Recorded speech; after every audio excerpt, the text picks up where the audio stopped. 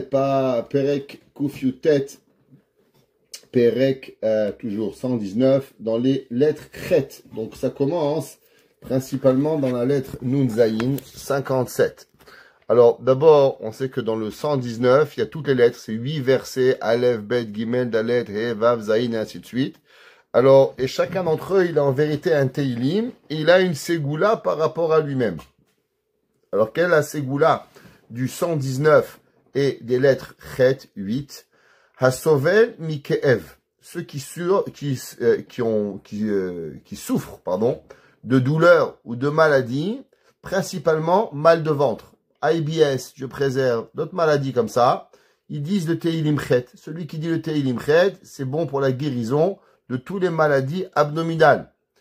Segulat Amirato, Shiatziliach Lekayem Medarav. Il y a un des grands interdits de la Torah, qu'il faut faire excessivement attention, c'est les vœux. Vous savez, le vœu, c'est quelque chose de bien, mais quelque chose de très dangereux. La Torah a dit que Yaakov Avinu, il avait fait un vœu, que quand il irait chez Lavan, quand il reviendrait de Lavan, alors automatiquement, il donnerait 10% de tout ce qu'il a gagné. Yaakov Avinu, il a pris 2 ans pour revenir doucement, piano, piano à la mañana, piano, paña à la pañana. Il a pris 2 ans pour arriver. Son chemin de 2 ans va lui coûter beaucoup de choses. Entre autres, sa femme Rachel. Le Midrash, il dit quelle est la raison pourquoi Rachel est décédée, à cause que Yaakov Avinu, il s'est pas empêché et s'est pas empressé, bonsoir Madame Dodi, de pouvoir payer son vœu. À cause qu'il avait fait un vœu à Kadosh Baruch Hu, c'est pour cela que sa femme va mourir. La Gemara, là, on apprend, Dieu préserve, Dieu préserve, Dieu préserve. Que, pourquoi les femmes, elles meurent? À cause des fautes que les maris font des vœux et ils payent pas. Très attention, faut toujours dire blinéder, sans vœu, faire très attention. Mais si Barminan, on a fait un vœu, il faut le payer tout de suite. Et si on a la difficulté à faire nos vœux, alors automatiquement lire les versets de Teilim 119, 8, et ce pourra, avec cela, on aura la facilité de pouvoir faire nos vœux. Pareil, c'est la personne qui a envie d'étudier, mais qui a de la difficulté. Aujourd'hui, on a donné une maladie à ça s'appelle TDAH, trouble, de difficulté de l'attention avec de l'hyperactivité. Alors, il y a des personnes qui ont envie d'apprendre, mais ils veulent pas, ils peuvent pas. Ils ont la difficulté à pouvoir étudier. Alors, pas tout le monde, il a cette facilité de pouvoir s'asseoir et étudier. Les gens, ils pensent, ils disent, ouais, c'est facile la Torah, les rabbins, vous glandez. Bravo. Si on glande, c'est tellement facile. Pourquoi il n'y a pas tellement de monde à la synagogue? Je comprends pas. C'est tellement facile. Il devrait y en avoir des milliers. Tous les glandeurs de la ville de Montréal devraient en train d'étudier. La preuve que c'est pas si facile, c'est qu'il n'y en a pas tellement. La Torah, c'est difficile. Ça demande beaucoup de force pour pouvoir étudier, s'asseoir, comprendre. On raconte, tout le monde connaît la fameuse histoire de Rish Lakish. Rish Lakish était un grand brigand qu'un jour, il a vu dans la mer, il a vu quelque chose de magnifique qui nageait. Il pensait que c'était une femme et il a sauté dans la rivière et là-bas, il a rencontré Rabbi Yochanan, le grand maître Rabbi Yochanan qui était excessivement beau. Et Rabbi Yochanan, quand il a vu le chef des brigands plongé dans la mer, il a compris qu'est-ce que Rish Lakish y cherchait. Il pensait qu'il allait rencontrer une femme. Et tu sais, moi j'ai une sœur qui est encore plus belle que moi. Si tu arrives et tu décides à vouloir venir à l'étude de la Torah, je te donne ma sœur en mariage. Et Rish Lakish a accepté. La Gemara dit que Rish Lakish, quand il est sorti de l'eau, de la rive, avant qu'il saute dans la mer, il était capable de sauter d'un côté de la rive à l'autre côté de la rive. Au moment où il a accepté le joug de la Torah, il n'était plus capable de pouvoir sauter. Pourquoi? À cause que Torah matisha kochosh l'adam. La Torah, elle fatigue l'homme. La Torah, c'est pas facile. La Torah, ça demande la concentration. La Torah, ça demande de la compréhension. Ça demande énormément de force émotionnelle pour étudier la Torah. Alors, d'où on trouve cette force? À travers le Teilim 119, dans les lettres 8, on trouve cette force pour étudier la Torah. une des choses que la Torah nous demande, c'est aussi de se rappeler. Très important, très intéressant. La Torah nous donne un interdit d'oublier. Je ne sais pas si vous savez ça, mais la Torah dit « Pen tishkar et Hashem Elokecha ». Fais attention de ne pas oublier. Tout le monde se pose la question, comment c'est possible que la Torah peut nous demander de ne pas oublier? A priori, l'oubli, il n'est pas quelque chose d'actif, il est quelque chose de passif. Plus que ça, c'est marqué dans le Graz. Rab Zalman, le Shulchan Aruch Harav, la Gemara dit comme ça, que tout celui qui étudie et qui oublie son étude, il est coupable de mort. Alors, le Rav Zalman, le Rav Shneur Zalman de l'Iadi, le Balatania, il dit, peut-être qu'il vaut mieux pas étudier. T'étudies pas, comme ça, tu vas pas oublier. Peut-être c'est préférable, n'étudie pas, n'oublie pas. Il a dit non, c'est comme si qu'il est coupable de mort. Mais celui qui étudie pas, il est sûr qu'il est coupable de mort. Et il dit, qu'est-ce que ça veut dire? Comment on peut nous punir pour quelque chose qui est dans la passivité et non dans l'activité? L'oubli, vous appelez pas un bouton dans votre tête, efface, ouais, effacer, erase, ça se fait tout seul. Alors comment on peut être puni pour quelque chose que on ne le fait pas exprès? Alors le Graz, il dit que l'oubli, il vient à cause que l'homme, il révise pas. Et puisque l'homme, il révise pas, c'est pour ça qu'il oublie. Mais si la personne, elle fait ses chazarot, elle fait ses révisions, alors elle va pas oublier. La Gemara, elle dit que tout celui qui étudie et qui ne révise pas, kol halomed ve'eno choser, kehilu zorea ve'eno kotzer. Ça ressemble à une personne qui va labourer, semer, mais qu'elle ne va pas récolter. Récolter le fruit du labeur, il vient qu'à travers la révision pour pouvoir apprendre. Maintenant, même cela, même si on révise, il y a des gens qui ont des mémoires photographiques. Ils voient une chose, ils se rappellent. Ils entendent un cours, ils peuvent vous le répéter, mot pour mot. Il y a des gens que la mémoire, elle a besoin d'être travaillée. Alors, pour pouvoir avoir la facilité de pouvoir se rappeler de la Torah et travailler notre mémoire, alors, pour pas devenir Alzheimer, il y a deux choses. La première, c'est, comme c'est marqué dans la Torah, réviser. Le Harizal, il dit, faire attention quand on sort de la toilette, de bien laver les mains avec le kéli. Ceux qui lavent les mains après la toilette avec le kéli, ça les protège de ne jamais oublier quand ils deviennent vieux. Ça protège de l'Alzheimer. Comme ça, c'est marqué dans la Kabbale. Et la troisième ségoula, ceux qui veulent que leur mémoire, elle soit plus active et moins passif, de lire ce Teilim-là tous les matins. Quand vous pouvez, le matin, si vous allez au travail, n'importe où vous êtes, bien sûr, dans un endroit propre, de lire le Teilim 8, et grâce à cela, on pourra, Béhémet, avoir une meilleure mémoire pour pouvoir avancer. Maintenant, dans les explications des traductions des psukim, avant qu'on arrive aux explications. David Amelech, il dit, Chelki Hashem Amarti. Ma part, Hashem Amarti, Dieu, tu as dit, Lishmor Devarecha, de garder mes paroles. Qu'est-ce que ça veut dire d'abord? Chelki, c'est quoi ma part? C'est quoi la part d'un homme?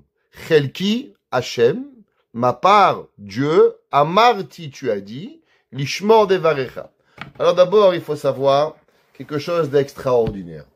Vous savez, il y a un fameux dicton que Rabbi Nachman de Breslev, il a dit. Le jour où tu es né, Dieu décide que le monde ne pourra exister sans toi. Qu'est-ce que ça veut dire? Si Akadosh Baruch Hu, il a fait qu'un tel, il est né le 11 novembre, un le 12 novembre, un le 3 mars, un le 15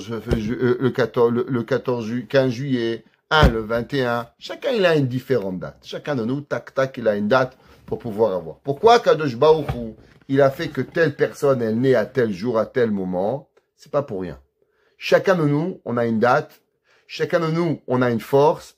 Et chacun de nous, on peut apporter au monde quelque chose qu'il n'y a que nous que l'on peut faire. Ça veut dire ce que Madame A, ce que Monsieur B, Madame C et Monsieur D, Monsieur A ne peut pas être comparé à Madame D et Madame D ne peut pas être comparée à Madame E. En aucun cas, on a la même mission. Ce que moi je peux faire, personne ne peut faire. Et ce que vous pouvez faire, moi aussi je suis pas capable de le faire. Alors d'abord il faut savoir que Kadosh Baruch Hu, il dit que la façon que la personne elle doit savoir, c'est que chacun de nous, on est né dans ce monde, non seulement avec une action, mais aussi avec une part dans la Torah. Quand on sait que veut dire le mot Israël, Israël sont les acronymes de Yesh, Shishim, Ribo, Otiyot, la Torah. Il y a 600 000 lettres de la Torah. Pourquoi il y a 600 000 lettres de la Torah par rapport aux 600 000 âmes qu'il y a dans le peuple juif? Chachamim nous explique le Chida qu'en vérité, chacun de nous, vous savez, s'il manque une lettre dans la Torah, ben, le Sefer Torah, il est pas soul. Ah, il y a 5 999 000. Eh ben, 5 999 099 n'est pas 600 000. 600 000, c'est 600 000. C'est pas moins 1. Moins 1, c'est important. D'abord, chaque juif, il a une partie intégrale qu'il n'y a que lui qui peut comprendre la Torah. Et quand une personne ne l'étudie pas, malheureusement, il faut savoir que cette part de la Torah, elle est perdue ad vitam aeternam.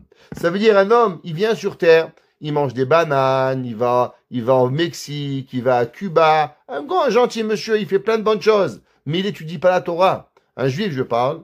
Eh ben, malheureusement, à cause de lui, il y a quelque chose de la Torah qui va pas exister. Prenez un exemple, le Rambam, le Maïmonide. Imaginez-vous, vous savez, le Maïmonide, je vais vous dire un petit secret, il n'était pas un excellent élève. Et jusqu'à l'âge de 8 ans, il était tellement un mauvais élève que son père l'a renvoyé de la maison. Son père l'a traité de cancre et il lui a dit, je peux rien faire avec toi. Et il l'a renvoyé chez son frère et dit, peut-être que mon frère, il arrivera de faire avec toi quelque chose.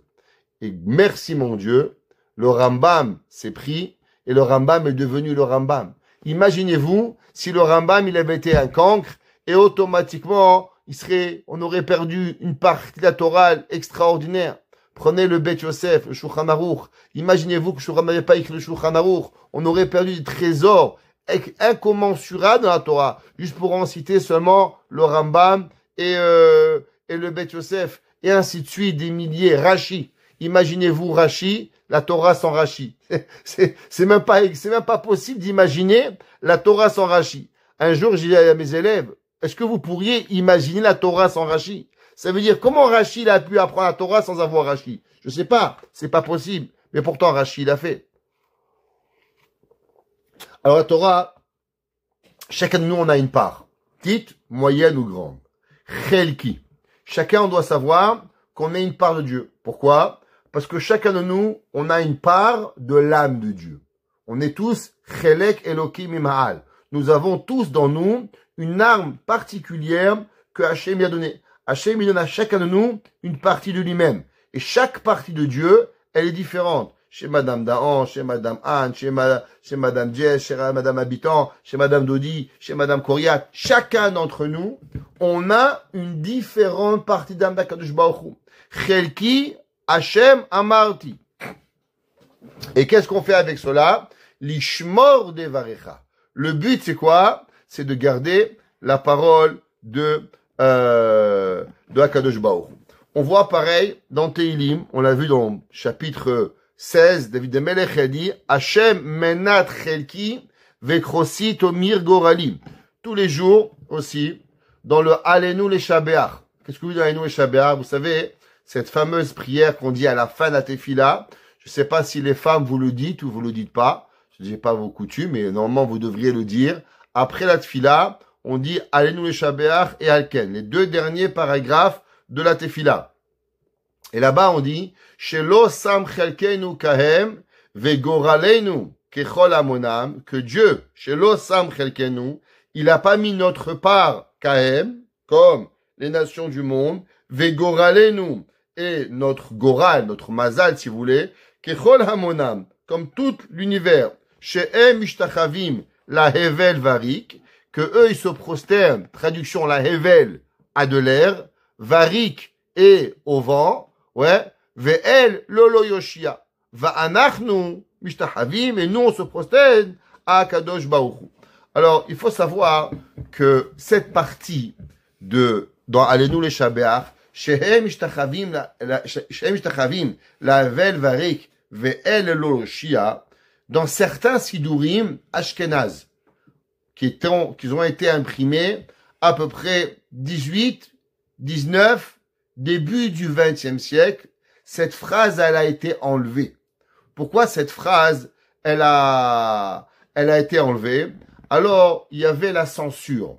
Il y avait à l'époque des tsars, les tsars, ils étaient très attention à ce que on fait aux synagogues et s'assurer que les juifs, ils étaient pas contre la religion. Alors, à l'époque, faut comprendre que en Russie, et la Russie, elle était pas seulement en Russie, l'empereur était en Pologne, il était on appelle ce qu'elle est en hongrois, et la Russie, elle s'étendait énormément, et là-bas, il y avait énormément de censure.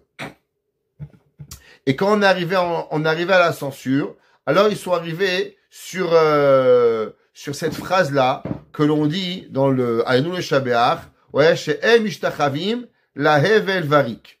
Alors la censure, elle a été principalement faite par les chrétiens. Les chrétiens, ils voulaient s'assurer que les juifs ne blasphèment pas, ouais, Jesus.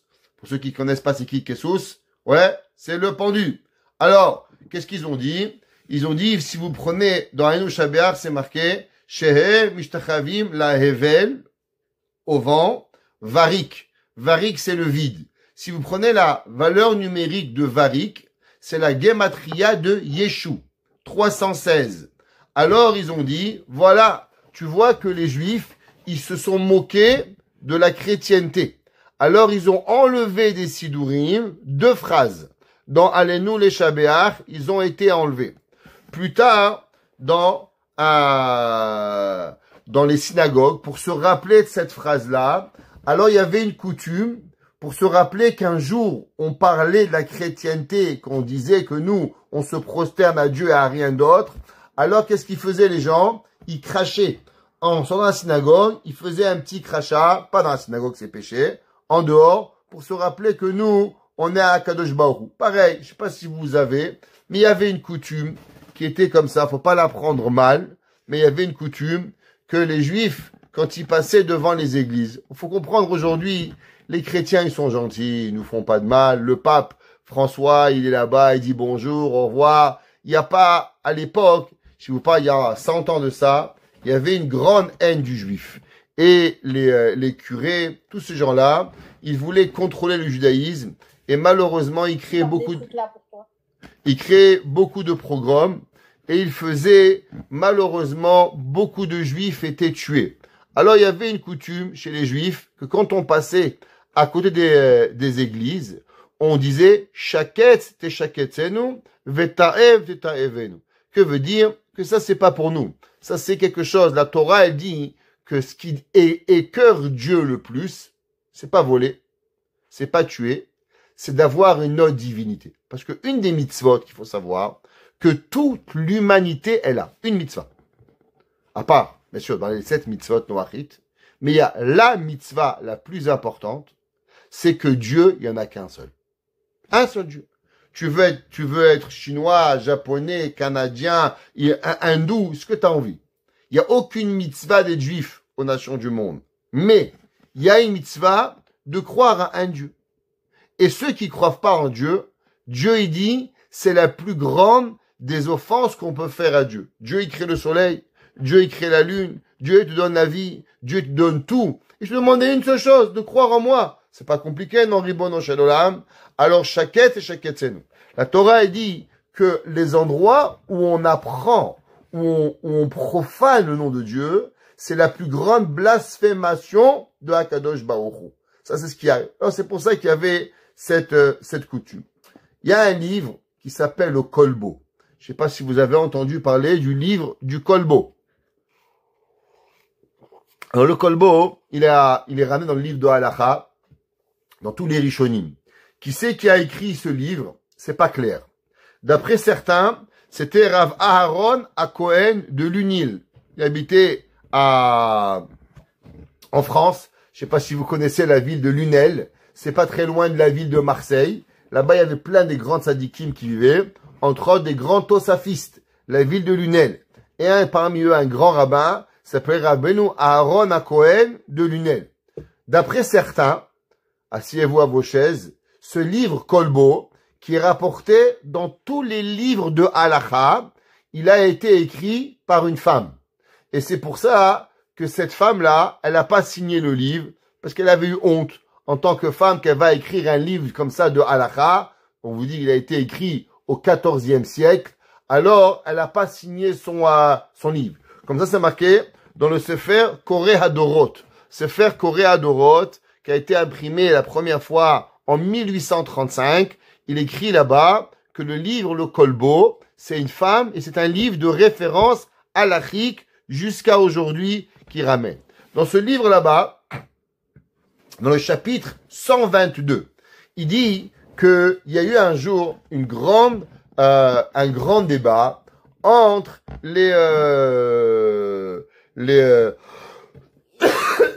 un roi arabe et les rabbins. Excusez-moi. Pourquoi? Parce que ce roi arabe était un homme érudit et qui savait lire l'hébreu. Et quand il a lu le Sidour, il a parcouru le Sidour, alors il a dit, vous savez, les Juifs, non seulement ils blasphèment Jésus, mais aussi ils blasphèment Mohammed. Elle dit, oui, le rabbin, il dit, comment, quel rapport? Où dans ma prière, tu as vu qu'on blasphème ni Mohammed, ni Jésus. Nous, on prie à Dieu. Quel est le rapport avec nous? Il lui a dit, oui, dans Aïnou et Shabéach, c'est marqué, He mishtahavim la hevel varik. Les goïms se prosternent à leur divinité. C'est vrai.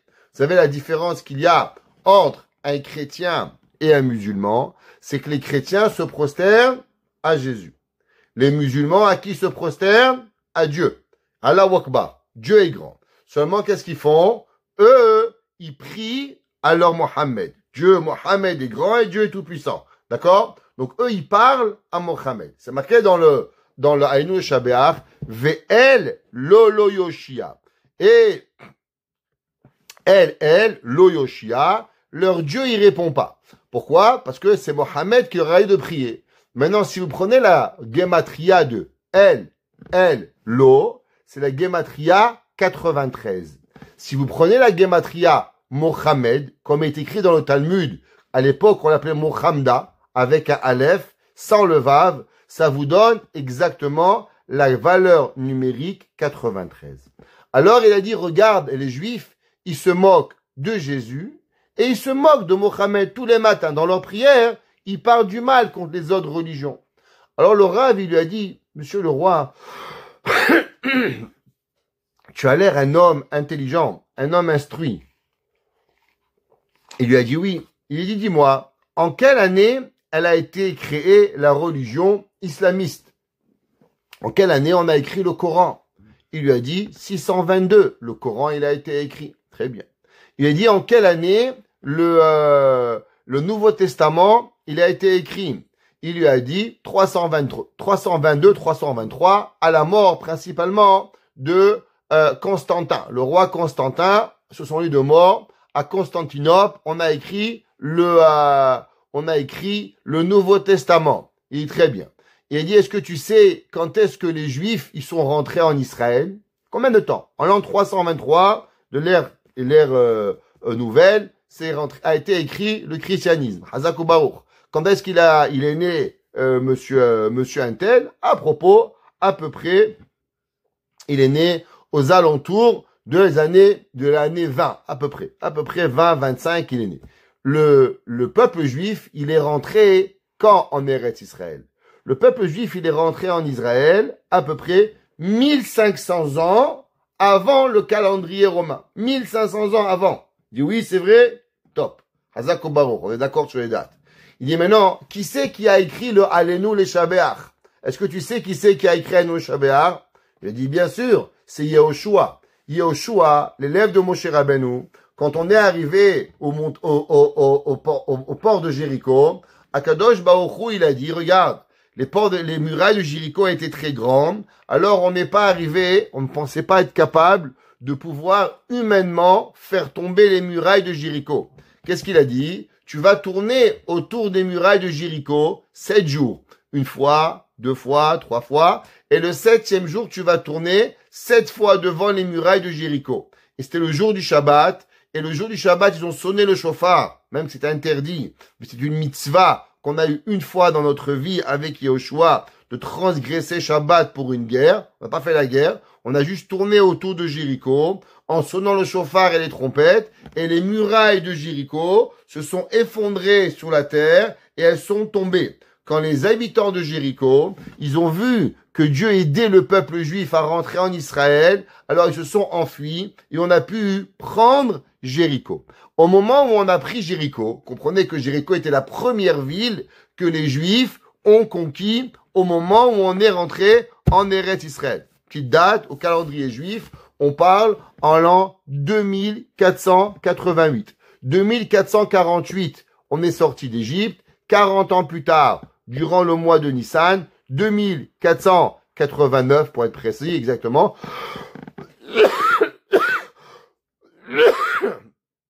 Alors, le peuple juif va rentrer en Eretz Israël. Et à ce moment-là, Yehoshua bin Nun va composer le Alenu le Shabeach.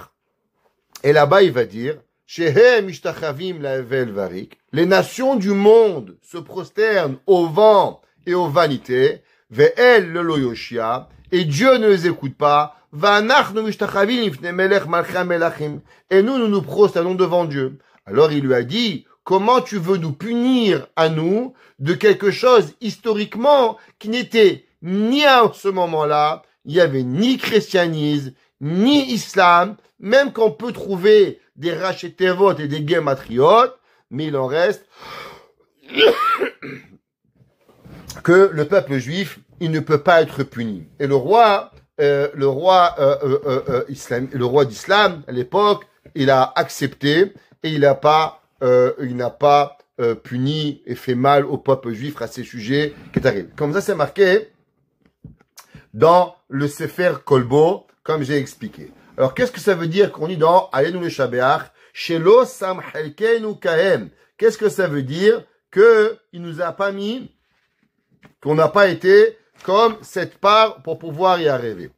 La réponse, c'est que, en vérité, dans la vie, il faut savoir que chacun de nous, il y a une chose qui nous intéresse. Prenez à chaque personne, il va vous dire, la vie, chacun de nous, on est intéressé à une chose. Tout le reste de notre vie, c'est des dérivés de cette chose-là. Exemple, une personne, elle aime le surf, alors il va pas habiter à Montréal. Parce que si ta vie, c'est le surf, mon frère, 8 mois par année, tu vas pas trouver de surf. Peut-être sur les vagues et les trous et les nids de poules au Québec, mais sinon, tu pourras pas faire du surf. C'est pas possible. Ok? Si tu aimes la neige, peut-être que tu vas habiter à Montréal. Ça dépend ce que tu aimes. La vie d'un homme, elle est basée sur une chose. David Amelech, il dit, tu sais qu'est-ce que c'est ma vie? Tu sais qu'est-ce que c'est Chelki? La vie qu'un juif, il doit avoir. Hashem amarti lishmor dvarecha. La seule et unique chose qui m'appartient. Notre volonté à nous, elle doit être de vouloir faire la volonté divine. Ça, c'est ce que Akadosh Baruch, David Amelech, il dit. Qu'est-ce qu'un juif, il doit vouloir? Il doit vouloir faire la volonté divine. Comme je répéterai, et je répète et répète 50 fois. Un homme, il demande à sa femme, est-ce que tu veux m'épouser? Elle dit oui. Il se marie. Le lendemain, qu'est-ce qu'il lui demande? Cuisine, nettoie, repasse, lave. Il dit, hey, Coco, tu m'as pas demandé tout ça. Tu m'as pas demandé toute cette liste à faire. Alors pourquoi tu veux que je te le refasse? La réponse, elle est, c'est vrai. Mais si on s'aime, il n'y a aucune demande qui est difficile. Moi, je vais travailler. Moi, je nettoie de la neige. Moi, je sors les poubelles. Moi, je lave le parterre. C'est pas grave. Pourquoi? Parce que quand on s'aime, alors il n'y a rien qui va être difficile. Si deux êtres ils vont s'aimer, alors il n'y a pas de tâche définie. Quand un gars un jour il m'a appelé, il m'a dit, monsieur le rabbin, pouvez définir les tâches entre les hommes et les femmes? Je lui dis, allez voir le Bédine, prendre un rendez-vous pour un divorce. Pourquoi? Parce que le jour où tu veux définir ce qu'un homme il fait, ce qu'une femme elle fait, c'est que tu n'aimes pas ta femme, mon coco.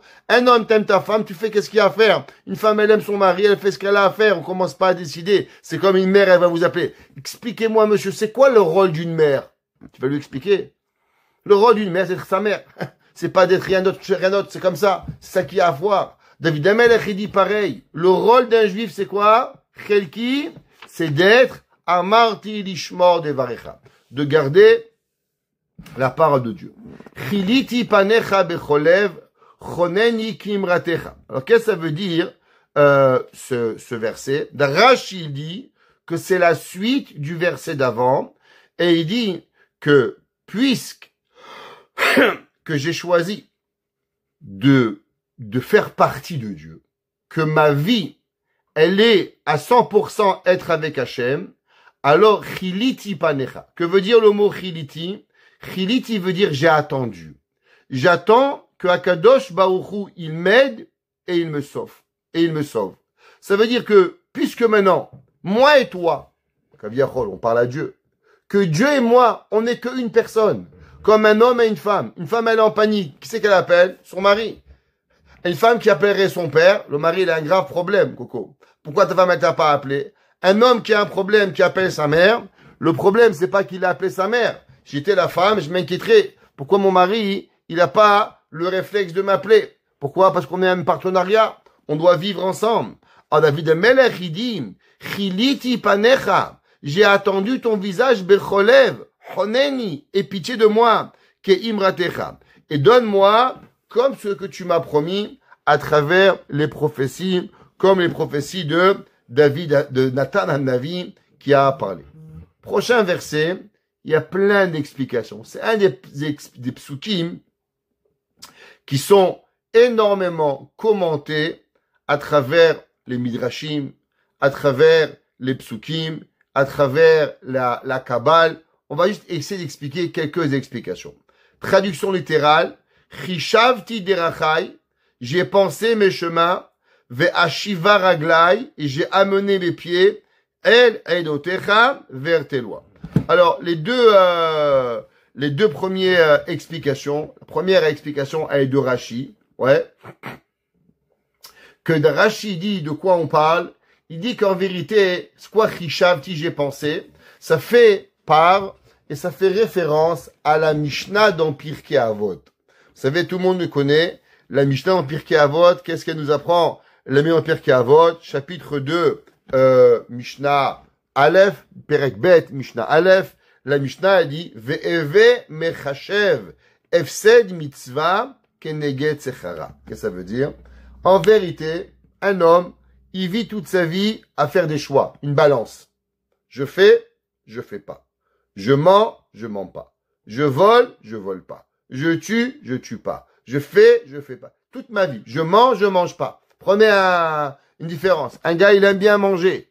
Il adore manger. C'est magnifique de manger. Seulement, si tu manges, il y a des conséquences. C'est quoi les conséquences? C'est les kilos que tu prends. Tu manges, après t'as plus de costume, t'as plus de robe, faut acheter de nouveaux habits. Donc toute ta vie, il faut que tu saches ce que tu veux. Est-ce que tu veux le plaisir culinaire ou t'as envie de ressembler à un athlète de cinéma? À toi de savoir qu'est-ce que t'as envie toute ta vie. Les Havdil, pareil dans les mitzvot, pareil dans tout ce que l'on fait. Notre vie, elle est en constance à faire des calculs. Hachem me demande de prier. Seulement, je suis fatigué. Je prie ou je dors? Je fais la shonara ou je fais pas la shonara? Je fais kibbutz avaim ou je reste chez moi parce que j'ai froid? Je vais à la yeshiva étudier ou pas? Chaque chose que je fais, il amène à l'homme à faire ce calcul. Jour et nuit, qu'est-ce que l'on doit faire dans la vie? Ça, c'est ce que la Torah, elle nous dit. Rachid dit, Chishav tiderachai. L'homme, il doit calculer à chaque moment, Va'ashiva raglai le'edotecha. Mais en vérité, l'homme, il voit le bien et le mal. Et après qu'il a évalué le bien, qu'est-ce qu'il va gagner? Il va manger une pizza. Il va aller économiser $3 chez McDonald's parce qu'il a mangé un sandwich à $3 à la place de chez Benny à $10 et $13. Et pour ça, ça vaut la peine. 500 ans de Gainam, de barbecue brûlé en haut dans le ciel, ça vaut pas la peine. Alors quand l'homme y réfléchit à ça, alors il revient à Kadosh Baruch Hu. Il comprend à combien l'Olam Haba c'est beau, être proche de Dieu c'est magnifique. Toute ma vie, je vais me ressentir que je me suis rapproché de Hachem Alors quand l'homme, il voit ça de lui-même, va à Shiva Raglai. La Torah, c'est pas un pistolet sur notre temple. La Torah, on n'a pas besoin. Tout le monde y connaît cette fameuse histoire de Rabbi Levi Yitzhak de Berdichov. Rabbi Levi Yitzhak de Berdichov, tout le monde y connaît. Un jour, c'était le soir de Pessah. La ville de Berdichov était une ville où il y avait 80 000 juifs. À peu près comme la ville de Montréal. 80 000 juifs à la ville de Berdichov. Qui était une ville 99,9999999% religieuse. Ça n'existait pas les non-religieux. Et le brave de Berdichov, il a demandé à son gaba et à son bedo, le soir de Pessah, s'il te plaît, est-ce que tu peux aller me chercher du pain? Il lui a dit, Rabbi, c'est Pessah, vous avez bu? Il dit, je veux que tu m'amènes du pain. Va chez les juifs de la ville et va me chercher du pain. Il dit, Rabbi, je vais vous dire, je vais pas en trouver, c'est Pessah. Trouve-moi du pain. Le Rabbi demande, l'élève y va. Et il fait de porte en porte, des dizaines de portes comme ça pendant 2 heures. Vous avez du pain, mais les femmes, elles allaient le manger tout cru. Quel est du pain? Depuis tout Bishvat, on n'a plus du pain. Allez chez ma mère, la semaine prochaine, il n'y a plus de pain dans la maison. C'est fini. Tu manges à la cuisine. Pourquoi? Tout Bishvat, il arrive. On commence à préparer Pessah. C'est l'adresse de Pessah. Pas 1 gramme de pain, il a trouvé. Rien. Ok. Il a dit, Rabbi, il est où le pain? Pas de pain. Top. À l'époque, en Russie, qu'est-ce qui était interdit? Était interdit le tabac sniffé. Il y avait ce qu'on appelle, chez les bons thunes, les bons séfarades, la nafa. Tabac sniffé était interdit. Et lui a dit à son bodo, tu peux me chercher du tabac sniffé? Top. Il refait les mêmes maisons et il trouve du tabac blanc, du tabac vert, du tabac rouge. Tout le monde en avait. Il est revenu avec des boîtes pleines de tabac. Il a dit, regarde, bon Dieu. Regarde le peuple juif. J'ai dit dans la Torah, tu n'auras pas du pain. J'ai ni mis un soldat, ni un policier. J'ai rien fait. J'ai seulement demandé une mitzvah. Et dans 80 000 juifs, il n'y a pas un qui avait même pas 1 gramme de pain. Pourtant, le tsar, il a demandé de ne pas avoir du tabac. Il a mis des policiers. Il a mis des prisons. Il a mis des emprisonnements. Il a mis des juges. Et pourtant, regarde combien de tabac mon bedeau il a trouvé. On peut faire tout ce qu'on veut pour empêcher les gens. Mais si l'homme, il ne le fait pas avec amour, tu vas toujours trouver une façon de t'en sortir. Parce que l'homme, ce qu'il a besoin, c'est la connexion avec Hachem. David Amelech, il dit, Chishav tu derachai. Moi, j'ai réfléchi ce que je veux. Quand l'homme, il réfléchit, il a la volonté, c'est pas intéressant ce que l'autre, il dit. C'est pas intéressant ce que ta mère, elle dit. Ton père, ta belle-mère, ta sœur, ton grand-père. Pas important. Pourquoi? Ve'ashiva raglai alotecha. Quand toi, tu le fais par amour et par volonté, alors on n'a pas besoin d'être convaincu. On n'a pas besoin de venir et de dire pourquoi, comment. De soi-même, on le fait sans être forcé avec l'amour pour la Torah pour pouvoir y arriver. Il y a une deuxième explication qui est connue, que c'est marqué dans le Midrash dans Rabbah. Le Midrash Rabbah dans Parashat Bechukotai. Bechukotai Telechu. Il dit le Midrash Rabbah que David Amelech il dit la chose suivante. Tous les jours, je me levais et je voulais aller me promener, mais mes pieds, ils m'amenaient directement à la yeshiva. Ça veut dire, on va dire le verset, Chishav tiderachai. J'ai pensé à mes chemins. C'est-à-dire quoi? À vouloir faire des choses, promener, aller manger, aller boire. Ve'ashiva raglai. Mais mes pieds, ils m'apportaient el elotecha. De eux-mêmes, ils m'apportaient où ils devaient aller à la yeshiva. Le Kedushat Levi, Rabbi Levi Yitzhak de Berdichov, il explique ce verset. Il dit, qu'est-ce que ça veut dire que David Amelech, il dit, Chishav tiderachai ve'ashiva. Est-ce qu'un homme, il peut bouger ses pieds sans sa volonté? C'est n'importe quoi. Des pieds, c'est pas une machine. Des pieds, c'est le cerveau qui décide. Qu'est-ce que ça veut dire? Je pensais aller jouer au golf, et mes pieds, ils m'apportaient, et ils m'apportaient à la yeshiva. Quoi, tes pieds, ils bougent tout seuls? Alors, c'est quoi la grandeur? Si David Amelech était fou, si ses pieds étaient automatisme, il n'y a pas de récompense. Il n'y a pas, alors c'est quoi le but de David Amelech? Il dit le Kedushat Levi qu'il y a dans la Torah trois genres de personnes. Il y a des hommes que toute leur vie, ils sont en combat. C'est quoi en combat? Yetzer Hatov, il dit, mange, kasher. Le Yetzer, il dit, non, mange McDonald's. Yetzer Hatov, il dit, tais-toi, chut, pas la shonara. Yetzirara dit, non, un petit lachonara, c'est kiff, les nouvelles, faut dire un petit peu de nouvelles. Yetzirara dit, regarde. Ça dit, non, regarde pas. Toute ta vie, tu es en combat. Oui, non, oui, non. Et il y a des gens, que quoi? Que un coup à droite, un coup à gauche. Yom Assa, Yom Bas. C'est des essuie-glaces. Ça s'appelle les juifs essuie-glaces. Un coup comme ça, un coup comme ça. Un coup comme ça, un coup. Quand tu vas les voir, tu sais pas. Est-ce qu'il est à gauche ou il est à droite? Quand il est du bon côté, il est religieux. Quand il est du mauvais côté, ben, ça dépend. Ça va dépendre. C'est comme ça. Il y a des juifs qui sont comme ça. Il y a des juifs qui ont un Yetzirara. Mais Baruch Hashem, ils arrivent à le vaincre tous les jours. Mais le Yetzirara, il est encore là. Ils ne sont pas débarrassés du Yetzirara. Tous les jours, le Yetzirara, il revient.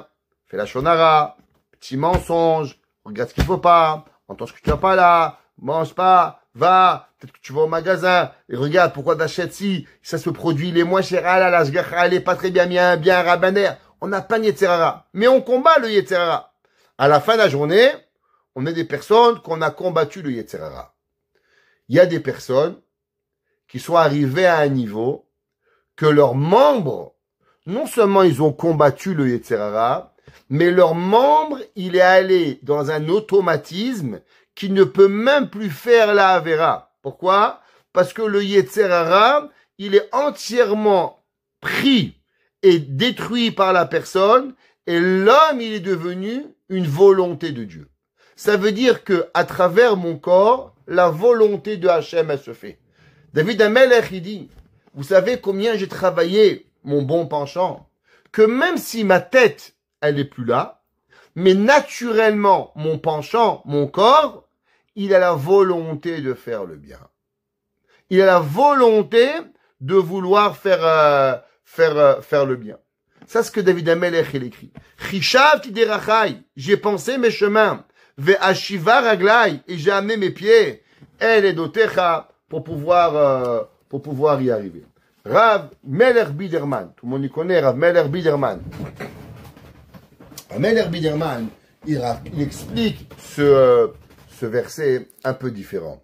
Au nom du Zekan Aaron, au nom d'un des grands, du Bet Aaron, pardon, il dit, qu'est-ce que ça veut dire Chishavti? C'est quoi la racine de mot Chishavti? Alors ça peut être Marshava, comme on a pensé, ou bien ça peut être Chashuv. Chashuv. Qu'est-ce que ça veut dire Chashuv? Chashuv, ça veut dire important. Que veut dire Ragli? Ragli, généralement, le mot Regel, il veut dire pied, mais aussi en hébreu, il veut dire habitude. Alors rappelez-vous ces deux mots. Chashuv, importance, et numéro 2, Regel, ouais, qui veut dire l'habitude de quelque chose. La première chose, il faut savoir que le Yetzirara, qu'est-ce qui fait travailler le Yetzirara à la personne? D'abord, il vous dit, ah, Israël Meir, qu'est-ce que tu es? Zéro. Tu es rien. David, qui tu es? Rien. Shlomo, Rachel, Dévorah, allez. Tu vas faire quoi? Une petite prière? Ça fait 6 mois que tu n'as pas prié. Tu crois que tu vas réveiller aujourd'hui, tu vas prier le bon Dieu? Déjà, le Yetzirara, ce que l'on va faire, il essaie. On se lève des fois le matin, on dit, tiens, aujourd'hui on va à l'hôpital, on va visiter un malade. Ça va dire, ah, tu t'es réveillé? T'es devenu rabbin, là? Aujourd'hui, hop, tu vas aller voir l'hôpital. Ça fait 3 mois, t'as rien fait, 6 mois, t'as pas fait une mitzvah. D'un coup, tu te réveilles, tu veux faire une petite mitzvah. Je crois que le bon Dieu accepte ta mitzvah. Avant même qu'on commence, le Yetzirara, il nous a détruits. D'abord, il dit, le Bet Aaron, la première chose qu'un juif doit savoir, il n'existe pas des petites mitzvot. Il n'existe pas des petites actions. Il n'existe rien de petit. Chez nous, tout est grand. Chaque mitzvah, elle est énorme. Vous savez, il y a une des choses que le Rav Wosner, il est venu au collège il y a 3-4 ans, et il avait fait remarquer quelque chose.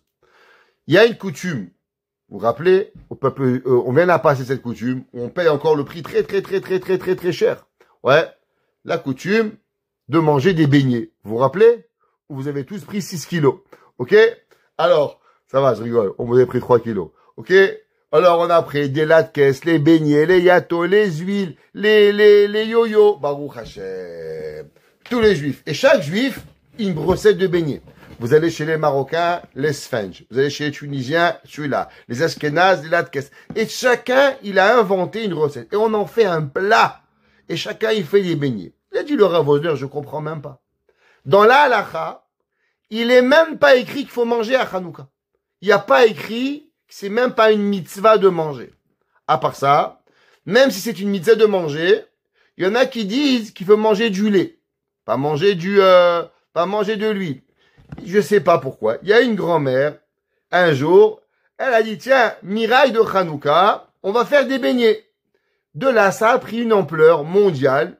En Israël, il y a une compagnie qui vend 40 millions de beignets. Une compagnie à Tel Aviv, elle vend 40 millions de beignets. Je comprends pas. D'une petite chose, on a fait une grande chose. Tout le monde, est-ce qu'il y a un juif qui mange pas des beignets à Hanouka? Tu vas dans le monde entier. Même les goïms, ils nous vendent beignets de Hanouka. Tout le monde connaît. C'est quoi Hanouka? Les beignets. On a associé Hanouka plus aux beignets qu'à l'allumage de la Hanoukia. Mais pourquoi? C'est quoi cette histoire?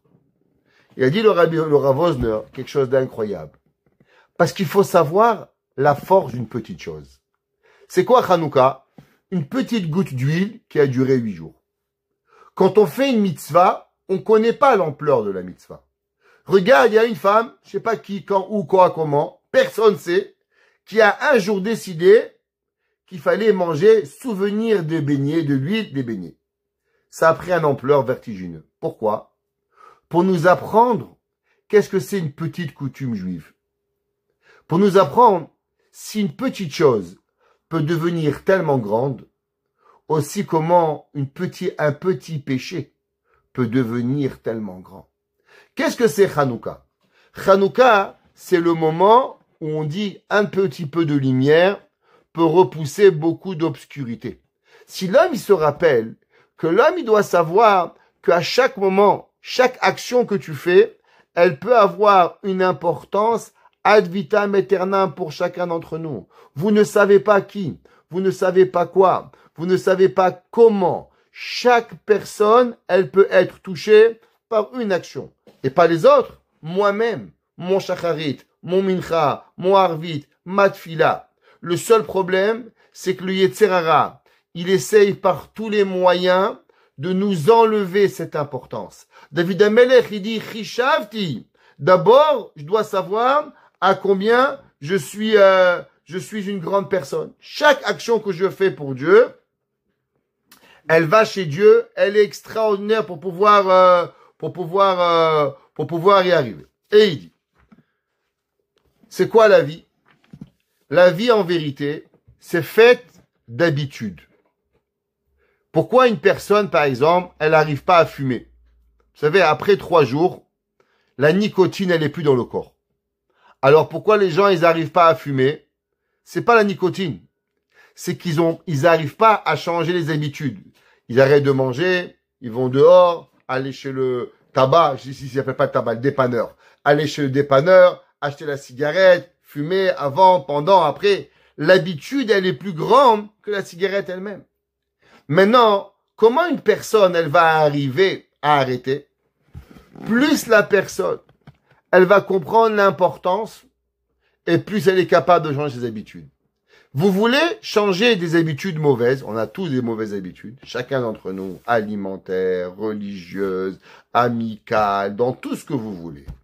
Si on est conscient que l'action que je vais faire, elle est une action importante, alors automatiquement, l'homme, il doit savoir qu'il va être capable de changer ses habitudes. Et il dit, c'est pour ça qu'en vérité, c'est quoi la prière que l'homme, il doit prier? L'homme, il doit prier à Kadosh Baruch Hu que, vous savez, qu'est-ce qui nous empêche d'avancer dans la vie? Nos anciennes habitudes. Et il dit, le bête Aaron, qu'un homme, il doit prier à Dieu une seule chose, toute sa vie. Tous les matins. Chaque fois que vous avez un temps, Dieu fait que mes habitudes ne m'empêchent pas de mon avenir. Fait que mon passé n'impacte pas mon avenir. Parce que souvent, on arrive dans notre avenir, et la première chose que l'on fait, c'est quoi? Comme on fait du mimique. On répète ce qu'on a fait hier, avant-hier et avant-avant-hier. Mais ça n'a pas marché. Hier, ça n'a pas marché. Avant-hier, ça va. Et aujourd'hui, ça va pas marcher non plus. Parce que ça va pas changer. Alors pourquoi tu le refais? C'est parce que je sais ce que c'est. Je connais que ça. C'est mon habitude de faire. Il dit le Beth Aaron, la prière que l'on doit prier à Dieu tous les jours. Dieu, fais que mes erreurs du passé n'impactent pas les actions de mon avenir. La plus belle prière qu'un homme il peut faire. Et c'est ça que David Ameller, il écrit dans Teilim et il dit, j'ai apprécié, j'ai pris mes affaires, ouais, j'ai rendu important ce que je faisais, ouais, alors automatiquement, ouais, quand je comprends Ve'ashiva Raglai, je suis capable de pouvoir changer. L'homme, il peut changer que quand il est conscient que ce qu'il vient de faire, c'est pas rien. Mais si tu penses que ce que tu as fait n'a aucune importance, alors automatiquement, tu vas pas changer. Tu vas continuer. Et des gens peuvent continuer. Je sais pas si vous avez déjà vu Lucky Luke. Dans Lucky Luke, il y a les Daltons. Et dans les Daltons, là-bas, il y a une famille, il y a deux familles qui se tirent dessus. Il y a le père, le grand-père, l'arrière-grand-père, le fils et le petit-fils. Et tout le monde se tire dessus. Je sais pas si vous vous rappelez. Ça m'avait marqué dans Lucky Luke.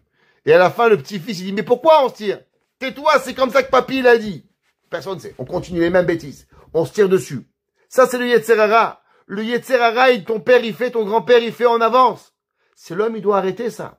Un jour dans la vie de l'homme, il doit dire, enough. J'ai fait ça pendant 20 ans. Aujourd'hui, on change. Un jour, un gars, il m'a dit, moi, j'ai le minag de boire le café. Alors, même Tisha B'Av, je bois le café. Baraminag. Quand Tisha B'Av, tu bois le café, le jour de jeûne, comment tu... Ah, le minag. Ouais, pourquoi? C'est parce que l'homme, il comprend pas qu'en vérité, même faire une chose, c'est important. Vous savez, juste pour vous dire, qu'est-ce que c'est une action? Tout le monde pense qu'être juif, c'est pour toujours. C'est vrai. Être juif, on peut pas enlever son âme juive. L'âme juive, elle est pour tout le temps. Mais être juif n'est pas suffisant pour tout. Entre autres, pour se faire enterrer dans un cimetière juif. Se faire enterrer dans un cimetière juif, c'est pas suffisant d'être juif. Et principalement, quand une personne, par exemple, elle s'est convertie au christianisme, ou bien une personne, elle s'est mariée avec un juif, avec un non-juif, ou une non-juive, et qu'elle a adopté sa religion, d'après la halakha, elle a plus le droit, cette personne, de se faire enterrer dans un cimetière juif. Elle est juive. Mais, tu t'es marié avec un non-juif, très bien. Tu es juif, ton âme elle est juive. Mais le cimetière juif, tu rentres pas. Un jour, on a demandé au Rav Shlomo Zalman Auerbach, quelle est la raison de cela? Il a dit, parce que généralement, quelqu'un qui vit avec un non-juif ou une non-juive, il a complètement abandonné Dieu. Il n'est plus avec Hachem. Khalas. Terminé. Tu vis avec un chrétien, bah tu deviens chrétien. Tu vis avec un bouddhiste, tu deviens bouddhiste. C'est ça la vie. Ouais. Alors il a dit, combien de temps ça prend pour qu'une personne, quoi, une personne, elle se fait enterrer, elle se marie dimanche, la pauvre, Meskana, elle meurt dimanche soir, c'est fini. En un jour, elle a tout perdu. Il a dit, le Rav Shlomo Zalman, non. Une personne, pour oublier Dieu, vous savez qu'est-ce qu'il faut? Il faut 3 ans. 3 ans. Si une personne, pendant 3 ans de mariage, elle n'est pas partie une fois à la synagogue, elle va perdre toute sa connexion avec Dieu. Ça veut dire, écoutez bien, un gars, il vient pas 1 an, il vient pas 2 ans. À la 2 ans et demi, Kippour, c'est les juifs de Kippour, il vient à la synagogue à Kippour une fois, 5 minutes, Anéila, écoutez le chauffard. Nous, on le regarde, on dit, mais qu'est-ce que tu fais? T'es un bon à rien. Quand t'arrives à Kippour, après 2 ans, t'es venu, tu te réveilles, t'as eu mal au pied. Vous savez qu'est-ce que ça lui donne, ça? Ça lui donne encore 3 ans de survie dans le peuple juif. Ça veut dire un gars, il vient 5 minutes à la synagogue à Kippour. 5 minutes. parce que ça lui a manqué l'air de qui pour la chanson. Eh ben, il est reparti à 3 ans de connexion avec Dieu. Juste pour vous donner qu'est-ce qu'une petite action qui a l'air complètement anodine, elle peut donner dans le judaïsme. La connexion avec Hachem. David Amelech, il dit, Chishavti. Moi, j'ai pensé, Derachai, à Kadosh Baruch Hu. Tu sais, moi, je comprends l'importance des choses. Alors, quand j'y arrive vers Ashiva Raglai, alors je peux revenir à Dieu. Parce que quand on comprend ce que ça veut dire une fois une synagogue, on a envie d'y revenir. Quand on comprend la grandeur de ce que ça veut dire, Kadosh, Kadosh, Kadosh, que ça veut dire que les anges du ciel, ils disent à Dieu, Saint, Saint, tu es Dieu. Et eux, ils attendent des centaines d'années, des millénaires pour le dire. Et moi, je peux le dire tous les jours. Quoi? Ouais. Tu sais, il y a des anges, ils ont été créés il y a 5785 ans. Ils n'ont pas eu encore le mérite de dire Kadosh, Kadosh, Kadosh, Adonai Tsevaot, Melok, Olar, Etzkevodo. Ils n'ont pas eu l'occasion de dire. Et pourtant, chacun d'entre nous ici, vous voulez, demain matin, aller à la synagogue et dire avec la Kedusha, Kadosh, Kadosh, Kadosh, Adonai Tsevaot, Melok, Olar, Etzkevodo. On peut être plus qu'un ange. Un homme, il réfléchit à ça. Son cerveau, il est plus pareil. Une mitzvah.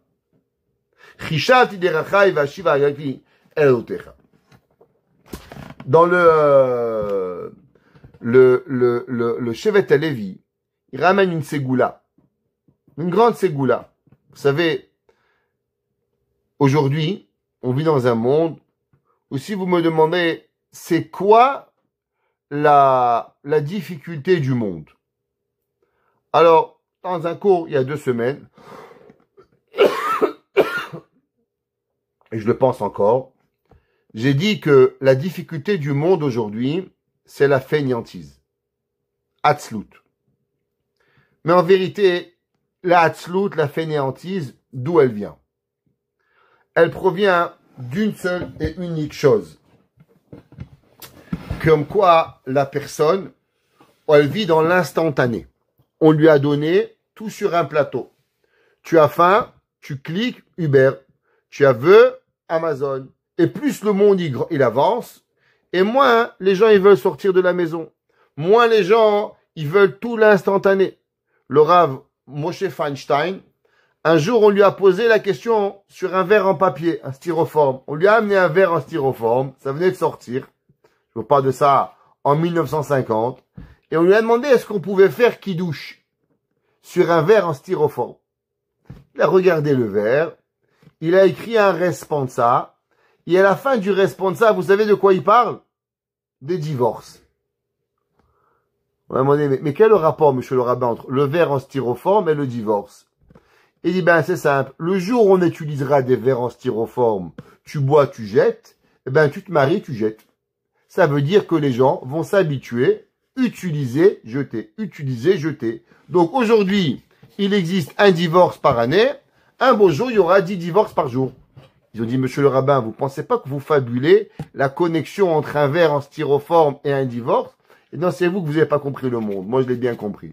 Aujourd'hui, vous voyez les gens, c'est comme ça. T'aimes pas ta femme, on change. T'aimes pas ton mari, on change. T'aimes pas tes gosses, on les change. T'aimes pas ta voiture, on change. Tu vas chez Apple, t'as un problème de téléphone, on vous le change, madame. Mais répare-moi le téléphone. Non, non, ça coûte trop cher. Poubelle, un nouveau téléphone. Tu vas chez Samsung, pas de problème, on vous le change. Ça marche pas, ça change. C'est quoi? L'homme, il prend pas le temps de réfléchir. Il dit, le Rav Wosner, vous savez, on en a déjà parlé. Comment l'homme, il puisse changer et devenir une meilleure personne. À part ça, la plus grande difficulté que l'on a aujourd'hui, c'est ce qu'on va appeler en psychologie la gestion d'émotions. Gérer ses émotions. 99,9% des gens sont dans l'incapacité de gérer leurs émotions. Pourquoi? Parce que tout doit aller vite. Tu me fais de la peine, je te fais de la peine. Tu me fais du bonheur, je te fais du bonheur. T'es sympa, je suis sympa. T'es pas sympa, je te fracasse. C'est ça. Ça crie, ça parle, ça avance de tous les côtés. Prenez les médias sociaux. Un gars, il poste un truc. Il n'y a pas un gars qui se dit peut-être qu'il a mal fait. Tout de suite, trac, bam, bam, bam, bam, bam, bam. 5 minutes plus tard, le gars, il a tellement pris, se suicide. Boum. Pourquoi? Parce qu'il s'est fait déchirer. On n'arrive pas. Gérance d'émotions. Comment on apprend dans la Torah à gérer ses émotions et à savoir quoi faire? Il dit, David Amelech, Chishavti derachai. Si vous voulez apprendre à vivre, avant de faire chaque chose, pensez une seconde. Vous vous rappelez, on avait dit au nom du Harizal. Le Harizal, il avait dit, comment s'assurer de ne jamais oublier une bracha? C'est beau une bracha. On glorifie Dieu parce qu'on a à boire et à manger. Qu'est-ce qu'il a dit le Harizal? C'est pas compliqué. Avant de boire, qu'est-ce que tu dis? Je vais boire de l'eau. Avant de manger une pomme, tu dis, je mange une pomme. Qu'est-ce qui se passe? Dès que tu vas dire je mange une pomme, ton cerveau va dire, ah, tu manges une pomme, boré periaetz. Ah, je mange une banane, boré periadama. Ah, je bois de l'eau, donc chez Akol. Après que tu as mangé, qu'est-ce que tu dis? J'ai mangé. Ah, t'as mangé? Faire Berkat Amazon. À la Mechia, boré nefashot. La façon unique qu'une personne, Behemet, elle peut arriver à grandir. Elle peut grandir dans la Avodat Hashem. Elle provient seulement et uniquement quand la personne, elle prend ce temps d'arrêt. Et il dit, Segula Atsuma Ba'avodat Hashem, une Segula incroyable dans le service divin, Vegam Binyane Haolam, et même dans toute votre vie. Chaque chose que vous allez faire, chaque travail, chaque chose que vous allez entreprendre, Shiargil Adam Atzmo, Beterem Bo'o La'asot, Kol Maase, Leitbonen Kemorega Ma'ani Olech La'asot. Si vous voulez faire la chose avec de la perfection, si vous voulez vous perfectionner dans chaque chose, vous pouvez faire comme un robot, mais vous n'êtes pas payé pour un robot. Vous savez pourquoi on veut de vous? Parce que vous mettez votre cœur, parce que vous allez réfléchir. Et si on veut faire une mitzvah, il y a un Shabbat et il y a un Shabbat, il y a un kiddush et il y a un kiddush, il y a un motzi, il y a un motzi, il y a une prière et il y a une prière. Et tout ça, ça passe comment? Quand tu t'arrêtes une seconde avant. Je vais faire kiddush. Je me mets en concentration. Je vais allumer les bougies de Shabbat. Je vais prier. Je vais écouter un cours de Torah. Je vais faire quelque chose. David Amelech, il dit, ouais, Chishav derachai. Si l'homme y réfléchit, alors automatiquement, il va jamais se tromper. Ve'ashiva elotecha, il va arriver à pouvoir garantir son bienfait. Le Baal Shem Tov, il dit quelque chose d'incroyable. Il y a une Gemara, un Talmud très dur. Très dur. La Gemara, elle se trouve dans la traité de Avodah Zarah, page 70a. Alors, j'explique un petit peu la Gemara, mais avant ça, je vais expliquer un peu ce que c'est la Chassidoute. La Chassidoute, c'est principalement expliquer des parties du Talmud qui sont des fois très difficiles à comprendre, leur donner un sens kabbalistique un petit peu à cet enseignement. Le Baal Shem Tov, il explique une Gemara. La Gemara, elle dit, Rov Ganve Israël Hem. La Gemara, elle dit, vous savez, c'est qui la majorité des voleurs? C'est les Juifs. Une Gemara qui fait très peur. D'abord, Baruch Hashem, moi je vais en prison et je vois pas beaucoup de Juifs. Baruch Hashem, merci mon Dieu. Il y a plein d'autres, il y a aussi des Juifs. J'ai pas dit qu'il y en a pas. Ce serait trop beau, pas de Juifs en prison, on serait garanti les meilleurs. Mais c'est pas vrai, il y en a aussi chez nous. Mais là de dire que la majorité des Juifs sont des voleurs, la majorité des voleurs sont Juifs, pardon, c'est un peu gros. Qu'est-ce que ça veut dire? Le Baal Shem Tov, il dit, vous avez rien compris à cette Gemara. Cette Gemara, elle parle, elle dit, pourquoi on doit avoir ce principe de vol chez nous? Pourquoi on doit avoir? Pourquoi Dieu, il a créé ça? Vous savez, un jour, quelqu'un, il a dit, pourquoi Dieu, il a créé le pouvoir de pas croire? Pourquoi Dieu, il n'a pas créé l'homme? La même façon que l'homme peut pas exister sans respirer. Pareil que Dieu, il crée l'homme qui peut pas réfléchir sans croire Dieu. Je sais pas comment ça marche dans le cerveau, mais Hachem, il est tout capable. Donc Dieu, il aurait pu créer un homme qui ne peut pas ne pas croire. De la même façon que tu ne peux pas vivre sans respirer, tu ne peux pas vivre sans manger, tu peux pas vivre sans croire en Dieu. C'est pas compliqué, non? C'est un bouton appui dans l'ordinateur de Dieu, clac, il appuie, c'est marqué on. Alors pourquoi Dieu il l'a pas fait? Khamim, ils disent une des raisons, c'est parce que si on croirait à Dieu à tout le temps, vous aiderez jamais votre prochain. Pourquoi? Parce que votre ami elle vous demande, s'il te plaît, Dvorah, Rachel, David, Shlomo, amène-moi demain à l'aéroport. Ah, Dieu il va t'aider. Regarde, je t'ai demandé, je sais que Dieu il peut m'aider. Mais je veux que maintenant, tu ne fais pas confiance à Dieu, et je veux que toi, tu prends la voiture et tu m'amènes. Ça veut dire que moi, je sais, je vais aller à l'aéroport. Parce que moi, Hachem m'amène. Seulement, c'est toi, Dévorah, toi, Hana, ou toi, Pnina. Maintenant, moi, je te demande à toi, si chacun, il me dit, Dieu, il va t'aider, jamais quelqu'un va m'aider. Parce que tout le monde va compter sur Dieu. Alors, quelque part, au moment où tu me demandes de l'aide, je dois enlever, entre guillemets, Dieu de ma tête, et dire, tu sais quoi? Je vais t'aider. Oublie Hachem. Hachem m'a demandé à moi. Il peut le faire, c'est moi qui te demande de faire. Pas qu'il n'y a pas Dieu, il y a Dieu. Mais Hachem, il m'a demandé de pouvoir le faire. Maintenant, pourquoi Hachem, il a créé le vol? Pourquoi Hachem, il n'a pas fait que dès que le gars, il vole, il se électrocute? Pas compliqué. C'est quoi ce principe de vol que Dieu l'a créé? Il dit le Baal Shem Tov, parce qu'en vérité, le plus grand vol, c'est pas le vol d'argent. Aujourd'hui, on le sait. C'est quoi le plus grand vol?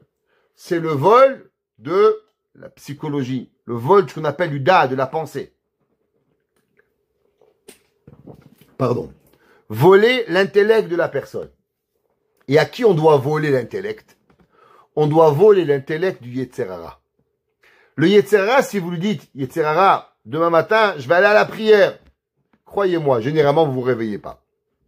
Eh, pas vouloir. Demain matin, je fais tout le Teilim. Baruch Hashem. Demain matin, tu vas tellement être occupé, tu vas pas y arriver. Prenez, faites un exemple. Lisez un magazine. Lisez, je sais pas quel magazine ils ont. En France, ils avaient VSD. Ok, je sais même pas si ça existe encore. Paris Match. Ok, ça existe encore. Paris Match, Hasra, je sais même pas si ça existe encore. Ok. Un gars, il y a un magazine, je sais pas quel magazine. Très bien, il lui arriverait, viens, je vais faire mincha. Il ferme le magazine au téléphone. Allô, bang, bang. Son père, ça va? Je comprends pas. J'étais en train de lire le magazine. Il arrive rien. Rien. Un jour, j'ai rencontré un gars. Il avait une Gemara dans son magasin. J'ai dit, pourquoi il a la Gemara? Le rabbin, c'est simple. Dès qu'il n'y a pas de clients, j'ouvre la Gemara, les clients, ils rentrent. Je lui dis quoi? Il m'a dit, c'est simple. Dès que j'ouvre pour étudier, le client, il rentre. Alors, dès qu'il n'y a personne, je l'ouvre. Il y en a un qui rentre pour m'empêcher d'étudier. La Torah, elle est comme ça. Rabbi Nachman de Breslev, il a dit, vous savez ce que c'est le meilleur somnifère? La Torah. Tu veux étudier la Torah, tu ouvres le livre, tu dors. Il n'y a pas besoin ni de test de Temesta, ni rien. Le somnifère garantit la Torah. Prenez vendredi soir. On est 6 heures du soir, 7 heures du soir, on est à la synagogue, on se met sur le fauteuil avec un livre de Torah, boum, on s'endort. Pourtant, là, en été, 10 heures du soir, on n'est pas en train de dormir. Qu'est-ce qui arrive? Meilleur somnifère, la Torah. Dès qu'il y a un Tzara, il arrive. Maintenant, comment on fait des mitzvot? Alors, pour faire des mitzvot, faut voler la tête du Yetzer Hara. Il faut dire, tu sais quoi? Je vais demain matin me lever pour faire une bonne douche. Je vais me lever tôt pour pouvoir faire mon brushing. Je vais me lever tôt pour pouvoir boire un bon café. Et après, quand on est réveillé, hop, on vole le Yetzer Hara, on fait la prière. Si on met pas une pensée corporelle, le Yetzer Hara, il nous le prend. C'est pour ça qu'il dit le Baal Shem Tov, Rov Ganavim Israelhem. La majorité des voleurs sont des juifs. Pourquoi? Oui, parce que la majorité qui volent la pensée du Yetzer Hara sont juifs. Pour pouvoir arriver à cette tactique de pouvoir le tromper quelque part, c'est qui? C'est nous qu'on a compris comment il fonctionne. Alors automatiquement, on peut arriver. C'est pour ça que David Amelech, il a dit, comment l'homme, il arrive à combattre le Yetzer Hara? Chishav tiderachai. Qu'est-ce que je fais? Au départ, je me dis, ben, demain matin, je vais me faire une douche, un bain incroyable. Je vais remettre le réveil pour faire un bain. Et je vais. Quand le bain, je suis déjà réveillé, alors maintenant, ve'ashiva raglai. Je profite que je suis réveillé pour pouvoir accomplir les mitzvot d'Akadosh Baruch Hu. C'est pour ça que vous savez, il y a un mot dans la Torah qui s'appelle Sulam. Sulam Mutzavarza. Verosho Magia Shamaima. C'est marqué Sulam, l'échelle a été posée par terre et le sommet, il touchait le ciel. C'est marqué que le Sulam, c'est la même valeur numérique que mammon, l'argent. Quel rapport l'argent, elle touche avec le bas, mais le sommet de l'argent, il touche le ciel. Il dit le Ohav Israël, le Hapterouv. Le Hapterouv, il a demandé un jour, pourquoi tous les prières des Juifs, on parle d'argent? Quand même, c'est pas parce que les goïms, on adore l'argent. Pas vrai. Alors pourquoi on parle toujours d'argent? Prenez Rosh Hashanah, Parnassa, Petit Chata Parnassa. Ouais, dis Petit Chata Chaim. Pourquoi on parle tellement de la Parnassa? Il a dit, le Hapterouv, vous avez raison. Parce que si on prierait pour les mitzvot, le Yetzer Hara ne laisserait pas la prière passer. Alors on demande à Dieu, donne-moi de l'argent. Il dit, il veut de l'argent, donne-leur. Et après qu'on a l'argent, alors on fait les mitzvot, on fait du chesed, on est Shabbat, on fait la kashrut. C'est le moyen de détourner le Yetzer Hara pour pouvoir arriver à avoir. Bien sûr, il y a des gens qui s'arrêtent au milieu, ils prennent l'argent, ils font pas le reste. Mais la bonne personne, c'est prendre l'argent, prendre la chose pour pouvoir arriver. Je fais soi-disant que c'est pour moi. Et après, je avance Behemet à Kadosh Baruch Hu. Baruch Adonai Leolam. Amen ve Amen.